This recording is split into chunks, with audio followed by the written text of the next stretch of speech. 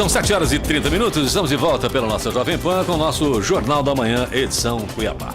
E hoje estamos recebendo aqui economista e consultor imobiliário em Cuiabá, Ed Santos. Bom dia, Ed. Tudo bem, querido? Bom dia, é um imenso prazer estar aqui participando aqui com vocês hoje pela manhã. Nossa pauta aqui hoje é sobre o marco de garantias que teve veto do presidente ontem, mas uma questão importante foi aprovada, que é a possibilidade de você dar um mesmo imóvel como garantia em mais de um financiamento. Como é que vocês veem isso e as possibilidades para a área de crescimento? Como é que vocês estão analisando isso? A gente analisa, se a gente for fazer um corte aí em 3 fases, a gente entende a primeira como algo que vai dar um pouco mais de oportunidade de expansão de crédito no mercado, e automaticamente a questão mais governamental é a questão de baratear os juros por conta da redução dos custos operacionais, que hoje onera muito hoje a questão de garantias, recuperação de garantias no Brasil. Então o governo, com essa lei, ele pensa em desburocratizar essa questão de garantias e automaticamente, com esse custo operacional reduzido, ele devolver isso para o mercado imobiliário, para o mercado econômico, trazendo taxa de juros mais acessível e dando mais oportunidade também para aquele tomador de crédito onde já tem uma linha de crédito com um imóvel em garantia, que hoje, pela regra, antes da aprovação, você podia colocar um imóvel em garantia e tomar um recurso financeiro de até 60% do valor do imóvel. Hoje, com essa mudança, você pode colocar até 100% de garantia. Porém, tem que ter uma preocupação em relação a isso ao tomador de crédito. Uma vez que você já tem um crédito, usando um crédito dentro de uma instituição financeira, você já tem ali um comprometimento da sua renda. Se você tomar um segundo financiamento, mesmo que você tenha uma garantia real, que é o mesmo imóvel, você tem que tomar cuidado com o endividamento ou com o superendividamento, até porque, se você for lá pelo lado onde o governo também coloca isso com uma medida muito mais rápida em relação a tomar um bem de garantia, você tem que tomar muito cuidado com relação a essa tomada de crédito, uma vez que vai estar mais facilitado no mercado, mas tem toda uma preocupação que ronda em relação ao tomador por questão da segurança jurídica, uma série de emblemáticos que pode fazer com que isso se torne no futuro aí uma dor de cabeça ou um problema para se resolver aí a médio e longo prazo. E para quem cede, né, pega como garantia o imóvel, fará diferença se tem ou não um outro financiamento ali? Vamos colocar assim, eu tenho uma garantia de 1 milhão, um imóvel de 1 milhão. E aí eu tomo agora como eu posso fazer 100%, eu pego 500 mil de um e pego 500 mil de outro. Esse segundo, ao fazer isso, essa garantia, tem algum decréscimo, alguma coisa? Porque são 2. Quer dizer, se você não pagar se você não pagar o de lá, eu acabo me prejudicando daqui, porque o outro banco vai ficar com o seu imóvel. E aí eu vou ter que negociar com ele e não contigo, né? Como é que vocês estão vendo isso? E se já se imagina, claro que está tudo muito recente, mas se isso pode ter aí uma desvalorização, um ágio, como quer que se chame, ou uma dificuldade maior da pessoa conseguir esse segundo financiamento. Por mais que o imóvel é uma garantia real, e os bancos hoje, para a melhor garantia é isso, você ter alguma coisa que dê uma garantia real de uma tomada de crédito, porém, os bancos também têm os parâmetros de análise, comprometimento da renda, a relação de crescimento, a relação de como você vai utilizar esse recurso, qual a finalidade de você utilizar esse recurso, tudo isso leva em consideração. Agora, vai ser muito provável que o segundo financiamento acaba tendo uma taxa de juro menor do que o primeiro. O que tem que tomar cuidado também, se a pessoa às vezes pensar assim, eu já estou começando a ter um problema com um imóvel, ou já tenho um financiamento que eu estou com um problema, eu vou aproveitar da oportunidade de pegar um dinheiro novo para poder resolver um problema antigo e ficar apenas administrando uma situação. Tudo isso tem que ser analisado dentro da capacidade de pagamento, dentro da realidade de cada tomador de crédito, porque vai existir sim, até isso ser ajustado, de repente vem uma outra regulamentação que melhora essa relação, mas aí até lá tem que tomar muito cuidado, porque os bancos já vão estar preparando toda a plataforma, vão estar divulgando isso de uma forma muito dinâmica em relação ao marketing, para poder atrair um pouco mais esse mercado, mas tem que tomar cuidado, porque tem os seus prós e tem os seus contras, principalmente aquele que já tem um primeiro financiamento e já começa a ter problema, de repente, de atraso, alguma coisa de inadimplência. Isso não é legal, dependendo do ponto de vista, para tomar um novo, mesmo que seja mais econômico, sendo que você já tem um com um problema. Você tem um bem em garantia. Mas para quem está emprestando, Ed, para quem está emprestando, por exemplo, eu tenho minha casa, eu vou lá na imobiliária, na Style Brooks, e compro lá alguma coisa, ou pego um empréstimo de vocês, se vocês emprestassem dinheiro, e dou minha casa como garantia. Mas só da metade dela.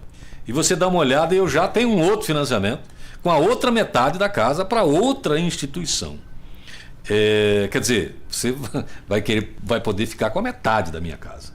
Claro, né? Claro que E vai. a tua briga não é nem comigo mais, é com o detentor da outra parte. Exatamente. É óbvio que tanto se a gente fosse um agente financeiro, a gente teria todo o interesse, sim. O mercado vai atuar dessa forma, querendo uma outra parte, né, para poder ter uma garantia e colocar uma disponibilidade de crédito, porque o spread que está ali, a diferença que você paga para o investidor, do que você paga de juros, essa é a competitividade dos bancos em tentar baratear um pouco mais esse negócio de juros, que é muito alto no Brasil. Agora, as facilidades por ter a garantia, isso vai ser muito real, porque hoje o que o banco pede? Garantias. Então, independente do valor. Tem bancos que, pela regra, podia pegar até 60%, colocar um imóvel de 100%, o banco tinha uma garantia, falava ser 2 vezes mais o valor do bem para poder liberar um recurso. Então, os bancos tinham mais garantias. Hoje, o banco vai ter uma garantia real daquilo que o tomador toma, porém, o tomador, eu sempre volto no tomador de crédito, porque é ele que tem que tomar todo esse cuidado, porque as instituições financeiras vai estar ali de braços abertos, esperando, ou de olho nesse mercado, ou usando uma ação para poder atrair esse cliente de uma forma dinâmica. Agora, o tomador, é ele sim que tem que ter consciência se realmente há uma necessidade, precisa fazer isso, não precisa, em que momento eu faço isso, taxa de juros vai abaixar um pouco mais, é melhor esperar um pouquinho mais para compensar uma coisa e compensar outra, porque tem tomador que eu não tenho dúvida que vai usar esse segundo financiamento para poder amortizar o primeiro, dependendo da situação do impacto de juros. Ele acaba ganhando. Se eu tenho uma oferta de crédito com juro menor, eu vou fazer isso e vou pagar. Liberado. Exatamente, vou pagar um outro que tem, vamos supor, na tomada atual, os juros acaba sendo, digamos assim, se for 50% a mais, eu vou ter uma garantia de 50% do juro mais barato, eu vou tomar e vou quitar o outro. Também é um negócio interessante. Então, muita coisa vai acontecer, porque é novo isso. Então, o mercado ainda vai entender e vai reagir. Eu acho que a taxa de juros, ele vai reagir de acordo com o mercado. O mercado está fomentando bem, a taxa de juros começa a melhorar. Porque o que acontece hoje? Quanto mais burocracia, quanto mais inadimplência, mais juros se paga. Então, se isso na prática reduzir inadimplência e reduzir burocracia, automaticamente o cliente vai ter uma taxa de juro real muito mais acessível e econômica do que as atuais. Vinícius. Muito bem, bom dia. Bom dia, Imenso prazer. Já te cumprimentei aqui offline, né, fora do ar, mas vamos te cumprimentar online. Obrigado pela tua presença, pela aceitação do convite. É um prazer poder conversar contigo aqui.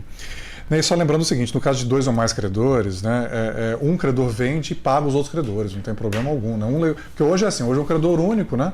Aí aquele credor leiloa, né, quita a dívida, a diferença passa para o proprietário do imóvel, né? Quita o saldo devedor. Né? Com mais credores, um vai leiloar e paga para os outros, não tem problema algum. Isso inclusive travou esse comentário aí, né? Travou, porque esse projeto de lei está sendo proposto há muito tempo. Ele foi proposto pelo Roberto Campos Neto quando ele entrou no Banco Central. Né? No começo do governo Bolsonaro, de 2019, né? E agora que veio a ser sancionado. Né? Então, esse problema operacional está resolvido. E assim, o que eu quero te ouvir, Ed, assim, em boa medida você já antecipou. Ela é interessante como uma operação de troca de dívida, né? De swap, né? Como se chama, né? Trocar uma dívida mais cara por uma mais barata. Né? Quero te ouvir se é isso mesmo. E assim, o que vai mudar muito agora é o valor de avaliação dos imóveis. Né? Porque antigamente se avaliava os imóveis mais alto porque o comprometimento era 60%, 70%. Né?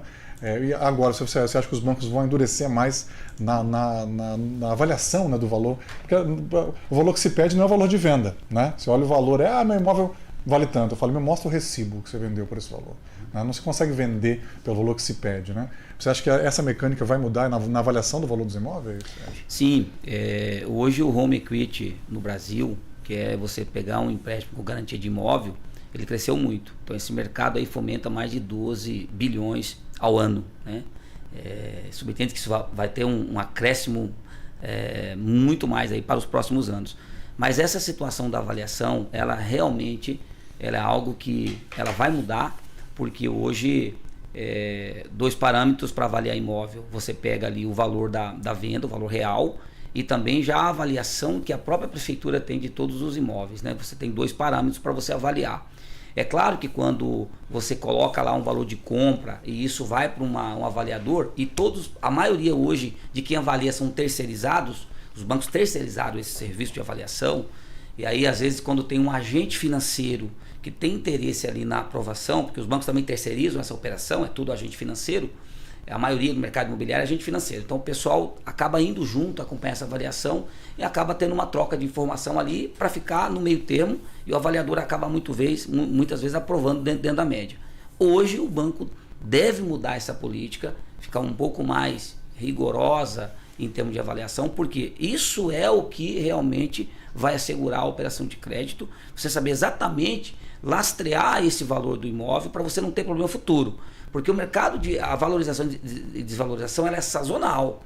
Então, por exemplo, se a taxa Selic hoje ela está muito alta, você tem uma desvalorização real dos imóveis usados. O inverso disso, você tem uma valorização real dos imóveis. Mas isso é uma regra de mercado, não é técnica. É o mercado comprador. Então isso o banco também deve atuar fortemente para poder melhorar essa avaliação e não ter, digamos assim, reduzir o risco dentro de uma garantia real que é a avaliação do imóvel. Isso deve mudar. Às vezes o tomador fala assim, mas meu imóvel vale 2 milhões. O banco avalia, percebe que você já tem aí um primeiro comprometimento de financiamento com ele. Fala, não, ele não vale 2 milhões, ele vale 1 milhão e 700. Então te sobra ali a diferença de 1 milhão e 700 pelo primeiro financiamento que você já tem. Isso certamente deve mudar. Lembrando que hoje tem reunião do Copom, termina, né? Deve cair, oremos, né? Deve cair de 12,75 para 12,25, né? Deve cair 0,5%. A expectativa da turma é que o Copom hoje reduza a Selic, né, em 0,5%, que é a taxa básica, né? É o salário mínimo do capital, né? Como eu brinco, né? É a taxa básica, né? Outra pergunta que eu quero te fazer, né? O crédito é muito caro, o juro é muito caro no Brasil, como você já trouxe aqui, né? O spread é muito alto, né? Que é essa diferença entre o que os bancos pagam para captar o dinheiro, né? Porque eles não captam de graça, né? Eles pagam para captar e o valor que eles emprestam, né? Essa diferença aí, Y menos X, é o spread. Um dos fatores é a inadimplência, o risco, né? Então você acha que o spread pode cair, né? Porque vai reduzir o risco, né? Vai ter uma garantia real aí com os imóveis, né? E portanto as taxas podem cair também, Ed? Sim, a tendência é essa, é você reduzir o spread e automaticamente você ter taxa de juros mais acessível e você ter mais fomento nesse mercado. O que se discutia muito, desde a época lá do governo Bolsonaro, né, iniciou esse projeto, era simplesmente, a principal ideia era baratear os juros no mercado, né, dar mais segurança para o banco também, porque no Brasil hoje um outro dado importante, em termos de recuperação de garantias hoje no Brasil, hoje não passa de 20%, 19 ponto alguma coisa, de percentual de recuperação real. Enquanto os países emergentes já estão na faixa de 40%, 42%. Então você vê o quanto no Brasil é lento, né? Uma recuperação de garantia. Então essa foi a principal. A segunda, se eu conseguir substituir, reduzir esses custos operacionais, os bancos têm muito correspondente jurídico, gasta muito com isso, para localizar, para acionar judicialmente, o custo é muito alto. Então eu devolvo, eu reduzo esse risco, reduzo essa burocracia que eu gasto muito, e devolvo uma taxa de juro mais acessível para fomentar mais negócio. Essa é a ideia. Vamos ver se na prática isso vai acontecer, mas a ideia principal seria nessa modalidade. Com relação à garantia de veículos, houve aí um veto do presidente, né? Antes você estava lá a possibilidade de você, e pode ser derrubado, claro, esse veto, mas estava lá a possibilidade de você simplesmente retomar extrajudicialmente. No cartório, passa o carro para o nome do credor e pronto, não precisa entrar com processo nenhum. Só prova a dívida e cobra a garantia ali. Isso foi vetado. Pode ser derrubado na Câmara novamente, né? Mas, do jeito que o relacionamento está se encaixando entre governo e Congresso, talvez isso não aconteça. Mas olha, vale a partir de quando isso, e para quem já tem um financiamento e tá querendo outro, e tem essa questão de você do tal do superavaliação do imóvel, para a pessoa que já tem um financiamento, já fez já usou das artimanhas para conseguir, e agora consegue encaixar nessa nova regra, não? O banco ainda estão fazendo as regulamentação interna, ajuste de plataforma, isso deve demorar aí um período.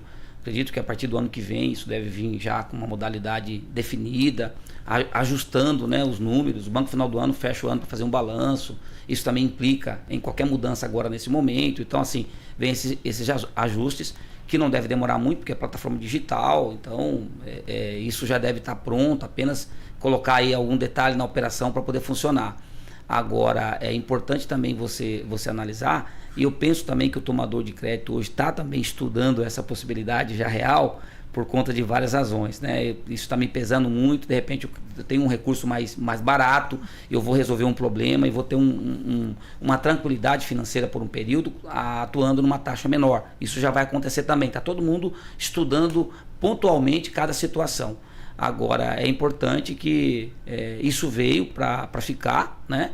É algo que o país precisava dessa modernização em relação à recuperação de garantias também, e automaticamente você ter uma taxa de juros mais barata hoje. Para você ter uma ideia, hoje, a taxa de juros hoje para esse mercado do home equity, quando você coloca uma garantia, está em torno de 20% ao ano, né? Enquanto você tem uma taxa de financiamento imobiliário, você pega aí, por exemplo, a Caixa Econômica, que é a taxa mais barata hoje, os bancos só replicam quando a Caixa se movimenta, em torno de 9% ao ano, né? Então, já existe uma diferença muito grande quando você coloca em garantia e quando você faz o financiamento imobiliário.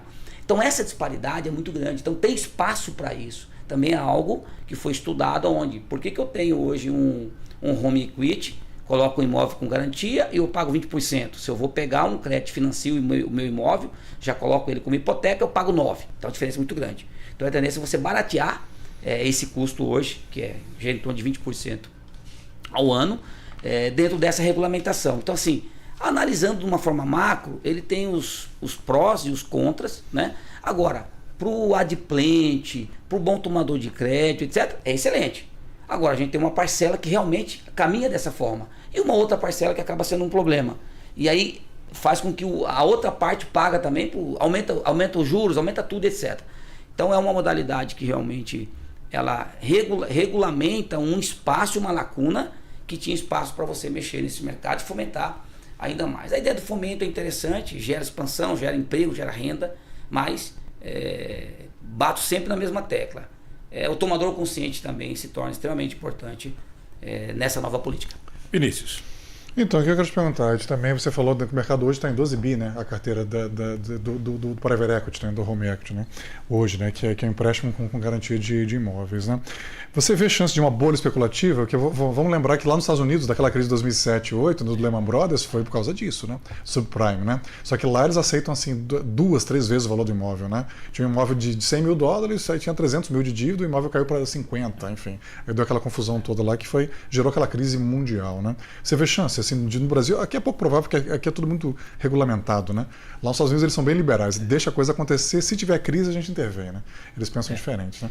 Mas você vê chance aqui de uma bolha especulativa aqui, usando essa linha nova? Eu não vejo no curto prazo uma possibilidade de haver uma crise como esteve nos Estados Unidos, né? Mas, porém, é algo que os bancos vão tomar cuidado em relação a isso, para não virar uma bolha, no sentido de uma análise mais... como é muito amarrado a questão de análise de crédito hoje no mercado brasileiro, e quando você coloca uma garantia, a intenção, a sensação que dá que você desburocratiza isso, porque você tem um imóvel de garantia. Então, eu não vou analisar uma outra parte lá, questão do Bacen, uma série de coisas, porque eu tenho uma garantia real. Né? A ideia é essa.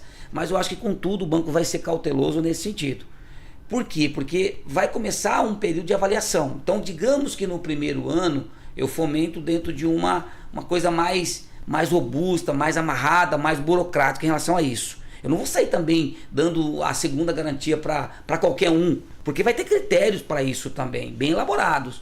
Então, partindo do princípio que o banco está se preocupando de ter esses critérios muito bem definidos, aí evita uma bolha. Agora, se ficar uma coisa muito à la vontade, livre e aberto, não, só põe a garantia que eu libero, aí há uma tendência mesmo de virar uma bolha a médio prazo e a longo prazo, mas no curto prazo, dentro de uma avaliação que ainda vai acontecer, não vejo esse risco no mercado brasileiro. Okay. Bom, 7h51, para quem já está com comichão de procurar instituição para arrumar mais um empréstimo, a partir de quando ele pode fazer isso? Acredito que a partir do próximo ano, né? Acho que no início do ano, o banco deve trabalhar isso forte em novembro, dezembro, preparar toda a estrutura. A partir de 2024, na virada do ano, isso já deve estar disponível nas carteiras dos bancos. Até porque esse ano, se fala em crédito imobiliário, a gente está com um problema. Qual o problema? Falta de recurso. Não é questão de falta de recurso, é que o governo federal ele vem priorizando os programas Minha Casa Minha Vida. Então ele está fomentando muito mais esse setor. E está tirando da classe média para alta. Ou seja, na verdade ele só movimentou um dinheiro, né? Não colocou dinheiro novo. Exatamente, só movimentou. Tirou das faixas maiores para as menores. Exatamente. Então aí você tem aí, hoje nós temos esse problema de crédito demorando muito para ser liberado por conta dessa escassez, entre aspas, numa inversão de governo, pensando mais fomentar os programas habitacionais, Minha Casa Minha Vida, baixa renda, e aí limitando os empréstimos hoje para quem realmente está com interesse ali, com bala na agulha, para poder tomar esse financiamento dos bancos. Ed Santos, muito obrigado. Bom feriado para você. Até a próxima. Para todos nós. Embora esse feriado eu vou trabalhar também, né? Porque o mercado, como diz, o mercado não para.